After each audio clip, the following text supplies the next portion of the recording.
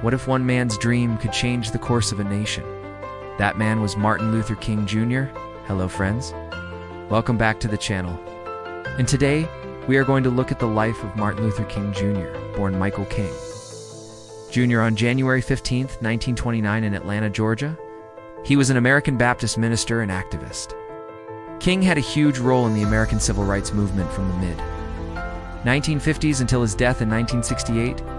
King is best known for advancing civil rights through nonviolent resistance and was a leader of the Southern Christian Leadership Conference, or SCLC, from 1957 until 1968. He also played a key role in organizing the 1963 March on Washington and the 1965 Selma to Montgomery marches. But how did this all start? What inspired him to do what he did? Well, let's find out. Like most kids, Martin Luther King Jr. grew up in a deeply segregated America, where white people considered themselves superior to black people. Blacks were often denied basic human rights and were subjected to horrific punishments for simply exercising them. As a child, King witnessed firsthand the brutality of racial injustice. These experiences left an indelible mark on him, shaping his worldview and fueling his passion for justice. Inspired by his Christian faith and the teachings of Mahatma Gandhi, King developed a philosophy of nonviolent resistance, which he believed could overcome the deeply ingrained racism in American society. At the age of 13, he joined the church's youth department and delivered his first sermon. He graduated from Morehouse College in 1948 with a degree in sociology. While there, he adopted the name Martin Luther in honor of the Protestant reformer Martin Luther, who had challenged the established church. After earning his doctorate from Boston University in 1955, he returned to Atlanta, where he took over his father's church.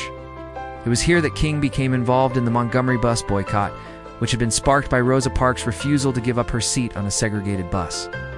Although King was just 26 years old, he quickly emerged as the movement's leader, delivering powerful speeches that called for justice and equality. Through the boycott, which lasted over a year, King demonstrated the effectiveness of nonviolent resistance, ultimately leading to the desegregation of the Montgomery bus system. This victory brought King national attention and catapulted him onto the civil rights movement's front lines. The following years, King led numerous marches, sit-ins, and protests against segregation and discrimination. He faced countless arrests, death threats, and acts of violence, but he remained steadfast in his commitment to justice. One of King's most famous acts of defiance occurred in 1963, when he led a nonviolent protest against segregation in Birmingham, Alabama. King and several other activists were arrested, but he continued to lead the movement from behind bars. In a letter from Birmingham jail, King articulated his philosophy of nonviolent resistance and his dream of a society free from racial inequality.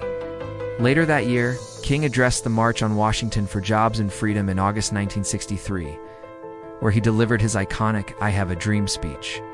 In this speech, King called for an end to racism and shared his vision of a future where his children would be judged not by the color of their skin, but by the content of their character.